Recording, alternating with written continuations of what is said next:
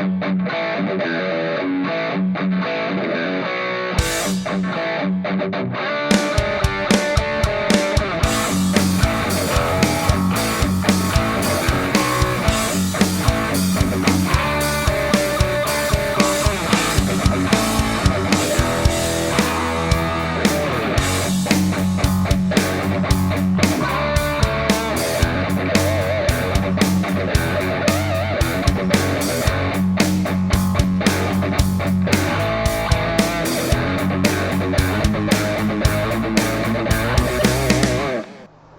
everybody, welcome to episode 1 of Rifftastic Guitar.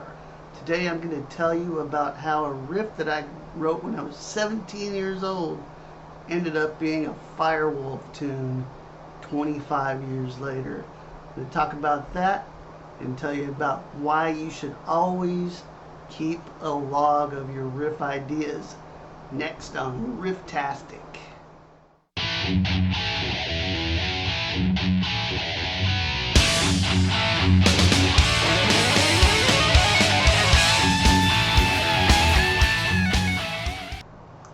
Hey guys, welcome to Rifftastic Guitar, the celebration of the almighty hard rock and metal riff. Now, I grew up in the late 80s, and when I say grew up, I was a teenager, went to high school. Late 80s, that was, when 80s rock was at its heyday. And I had just started playing guitar in 1987, actually 86. The riff that I wrote that you just heard was created when I was 17 years old in 1987. This was in Memphis, Tennessee. I'd only been playing about a year, and believe it or not, this riff ended up being on the first FireWolfe album.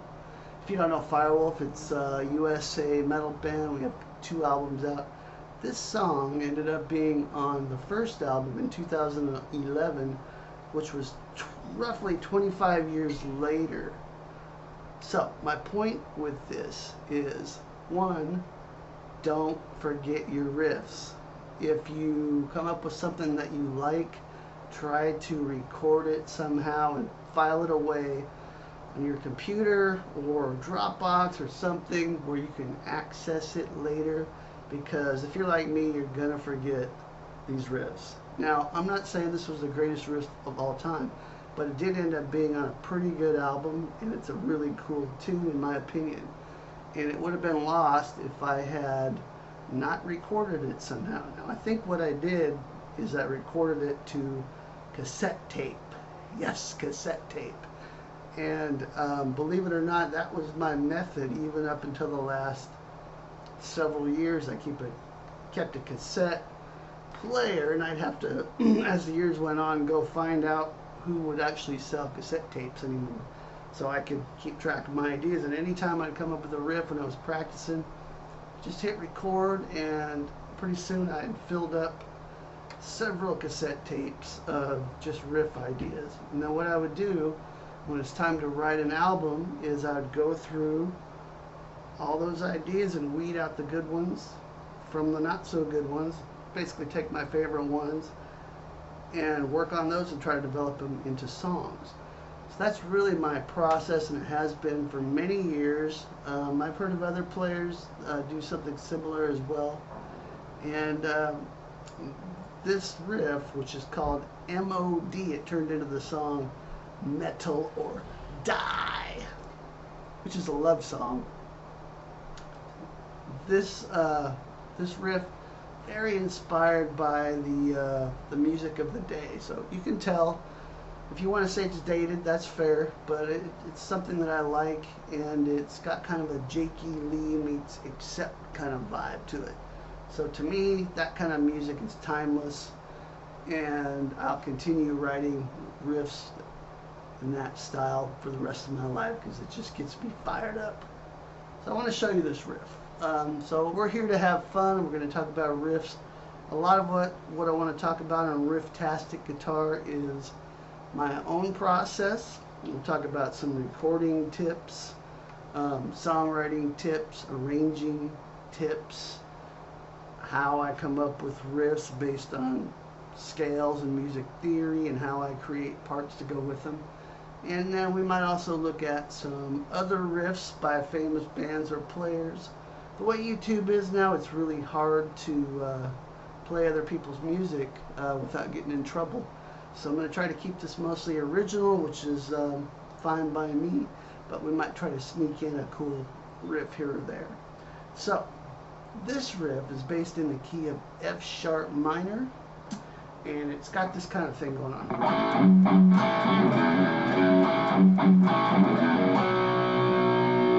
Kind of Judas Priesty as well, now that I think about it. So basically what I'm doing is I'm playing at the 2nd fret, and I'm playing this A chord, but I'm using a bar here so I can hit the A chord on the D and G strings, and then I'm bouncing off the low E string on this F sharp note. Then a quick hammer pull there. There's tab down below, by the way, so if you're not catching all my explanations here, make sure you grab the tab.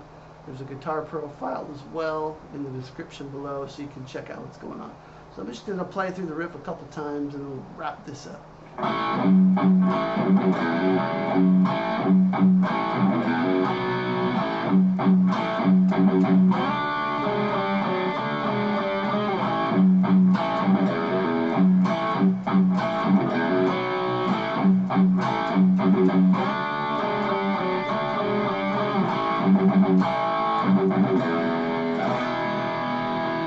Okay, so that's what I want to cover. There's on the recording, there's a little bit more that goes into the verse. I just wanted to add that in there. But mainly what I want to show you here is this riff. And I think it's pretty straightforward, but there's one little section where it goes up here, which really doesn't make a whole lot of sense, but it works. It's outlining a D chord, but then it uses some chromatic notes. And basically what's going on is I got D on the D and G strings. I've got 7th fret, and then I'm lowering the note on the D string by 1 fret and keeping that 7th fret G string. Just go right down, 7, 6, 5, 4, and then the second time I go 7, 6, 5, 6. So you get this. Okay, so here's an example, probably of ignorance. 17 years old, don't really know what I'm doing, but this shape worked for my fingers, and I thought it worked in the context of a riff, and I still think it works. So sometimes it's not, you know, the most heady idea that wins, but what sounds good. So that in context, that sounds like this.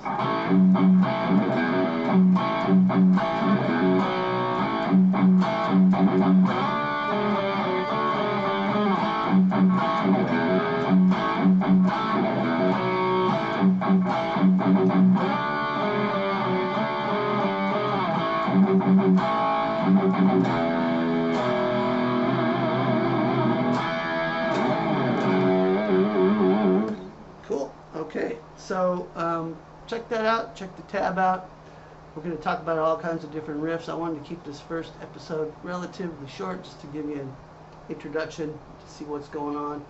Let me know what you think of the riff and what you think of this whole idea of Rifftastic Guitar, and any ideas for topics and riff styles and stuff that you might have. Also, make sure that you check out my free gift to you, which is Sweet Picking Boot Camp. It's a killer PDF with video demonstration, tab, guitar profiles, audio files, the whole 9 yards. It's free. Check it out in the description below, and I will see you next time on Rifftastic Guitar. Rock on, baby!